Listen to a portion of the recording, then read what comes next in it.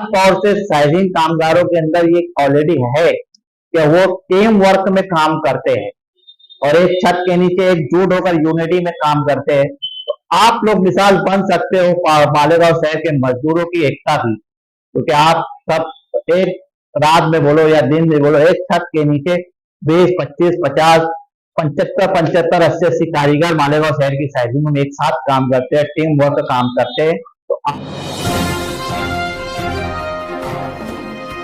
AK41 news, आपका हक हमारा मकसद। जय हिंद दोस्तों, एक बार फिर स्वागत है आपका हमारे न्यूज चैनल में। अकबर खान के साथ मैं हूं अजहर खान और आप देख रहे हैं AK41 न्यूज। नाजरीन, मेरे हाथ में पिछले मई हफ्ते का बेबाक अखबार है और मालेगांव के कुछ चैनलों में, अब तक न्यूज वगैरह चैनलों में भी मालेगांव की साइजिंग के बारे में जो पार्लियामेंट में आवाज उठाई गई उसके बारे में और उसके जरिए खबर आप तक पहुंच गई होगी। पार्लियामेंट में कुछ एमएलए ने मालेगांव शहर कारपोरेशन हुदूद में मौजूद साइजिंगों के बारे में ये पार्लियामेंट में सवाल किया कि इन साइजिंगों के पास लीगल पेपर्स नहीं है, किसी के पास परमिशन नहीं है, किसी के पास कुछ और किसी के पास कुछ डॉक्यूमेंट्स नहीं है, किसी के पास पॉल्यूशन का डॉक्यूमेंट्स नहीं है तो किसी के पास 10 कलेक्टर नहीं है और दीगर मसाइल चीजें डॉक्यूमेंट नहीं होने का बहाना करके मालेगांव शहर की साइजिंगों पर कार्रवाई कब की जाएगी, इस तरह का सवाल पार्लियामेंट में हुकूमत से किया। वहां पर पंकजा मुंडे ने उन्हें जवाब भी दिया कि कुछ साइजिंगों पे कार्रवाई की गई है, कुछ साइजिंगों पे प्रोसेस बाकी। पार्लियामेंट में सवाल करने वाले एमएलए ने बाकायदा चंद साइजिंगों के नाम लिए और उनके ऊपर कार्रवाई नहीं किए जाने के ऊपर सवाल किया। दोस्तों, खासतौर से मैं मालेगांव शहर के साइजिंग कामगार, साइजर, वार्पर, बिगारी और वाइंडिंग में काम करने वाले लोगों के लिए आज मैं कैमरे के सामने आया हूं और आप तक ये पैगाम पहुंचाने के लिए आया हूं कि इससे पहले भी मालेगांव की साइजिंगों पर पॉल्यूशन के नाम पर खतरा मंडलाया और बड़ी परेशानी और मुश्किलों से हमारे साइजिंग मालकान ने उसको खतरे को टाला।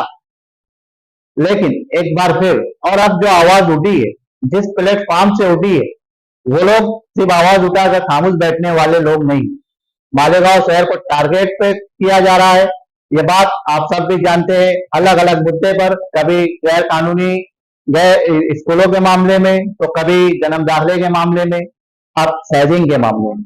तो ये मामला आगे भी तक जाएगा और हो सकता है इस पर सख्त कार्रवाई भी हो। मैं आज आप लोगों से ये पैगाम देने के लिए आपके पास के सामने आया हूं कि वक्त के रहते कामगार, मजदूर, साइजिंग मजदूर, वार्पर, साइजर, तिगारी और वाइंडिंग भरने वाले या साइजिंग में काम करने वाले दीगर शोबे में जो भी है वो सब पहले से अपनी सेफ्टी कर ले।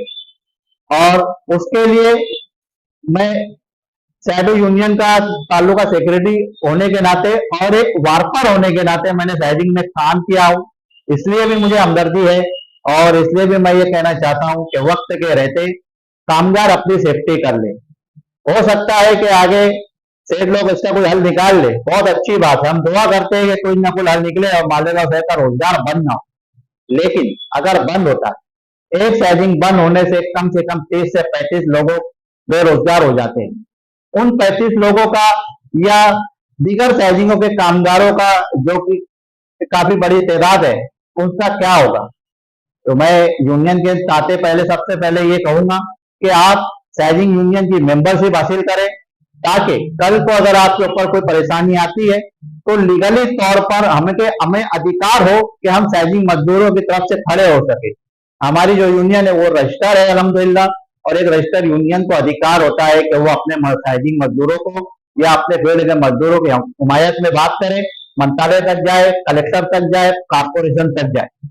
दोस्तों, सबसे पहले आप एकता के साथ साइजिंग मजदूर यूनियन की मेंबरशिप हासिल करें, उसके बाद एकजुट होकर, हम सेठ के खिलाफ नहीं है, जरूरत पड़ेगी अगर हमारी वजह से, हमारे कोशिशों से सेठ का कारोबार बढ़ता है, साइजिंग लीगल होती है, साइजिंग बढ़ती है, हम उसके लिए भी कोशिश करेंगे।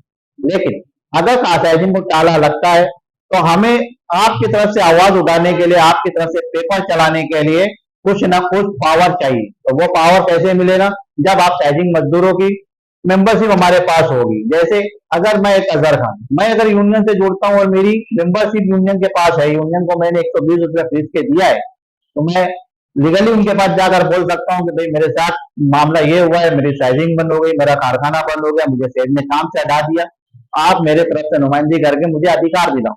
तो हम मजदूरों की तरफ से जाकर अधिकार दिलाते हैं। और दोस्तों, आज से पहले कुछ साल पहले भी 28 साइजिंगें बंद हुई थी।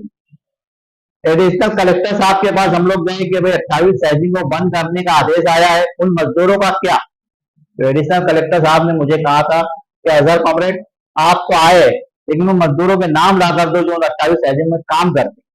लेकिन मेरे पास नाम नहीं थे, मेरे पास कोई आया नहीं, कोई मेंबरशिप नहीं थी, तो मैं आगे प्रोसेस कर नहीं पाया। दोस्तों, मैं आप लोगों से एक बार दर्द दिल से बोल रहा हूं कि एक बार आप मेंबरशिप हासिल करो। 120 रुपया कोई बड़ी बात नहीं है, साल भर की ये फीस होती है। 120 रुपया आप देते हो तो साल भर आपसे कोई तरह का पैसा, किसी तरह की फीस नहीं ली जाए। 365 दिन की फीस 120 रुपया आप माइनस करके देख लो कि पर डे आपको कितना बचता है और आप बेफजूल पूरी चाय पानी में कितना खर्च कर देते हैं। कॉमरेड, मैं आप लोगों से कहना चाहता हूं कि हमें अधिकार होगा तो हम आपकी लड़ाई लड़ सकेंगे। और अब ये छोड़ दो कि बंद हो गई तो कहीं और काम ढूंढ लेंगे। अब जो साइजिंग के ऊपर परेशानी आएगी, अगर हमारे ऊपर परेशानी आई तो हमें एकजुट होकर लड़ना होगा। एक बार फिर मैं आप लोगों से कहना चाहता हूं कि अपनी ताकत और एकता के साथ, और खास तौर से साइजिंग कामगारों के अंदर ये क्वालिटी है कि वो टीम वर्क में काम करते हैं और एक छत के नीचे एकजुट होकर यूनिटी में काम करते हैं। तो आप लोग मिसाल बन सकते हो मालेगांव शहर के मजदूरों की एकता की, क्योंकि आप सब एक रात में बोलो या दिन में बोलो, एक छत के नीचे 20, 25, 50, 75, 75, 80 कारीगर मालेगांव शहर की साइजिंग में एक साथ काम करते हैं, टीम वर्क काम करते हैं। तो आप अपने अंदर एकता आपके अंदर मौजूद है। मैं पहले भी कहा था कि कौन कहता है कि मालेगांव शहर के मजदूरों के अंदर एकता नहीं है। देख लो, जब भी कोई सियासी लीडर फॉर्म भरने जाता है उसको ताकत कौन पहुंचाता है? हम मजदूरी पहुंचाते हैं, वहां गाड़ियां लेकर सेठ लोग थोड़ी आते हैं। हम जब दूसरों को ताकत पहुंचाते हैं तो अपनी ताकत अपने लिए इस्तेमाल नहीं कर सकते। मैं एक बार आखिर में ये भी कहना चाहता हूं कि अगर आने वाले जुमा को, जुमा यानी 25 जुलाई को सैदो यूनियन ऑफिस, सैदो यादगार पानी की टाकी के पास चार्जिंग मजदूरों की एक अहम मीटिंग रखी गई है।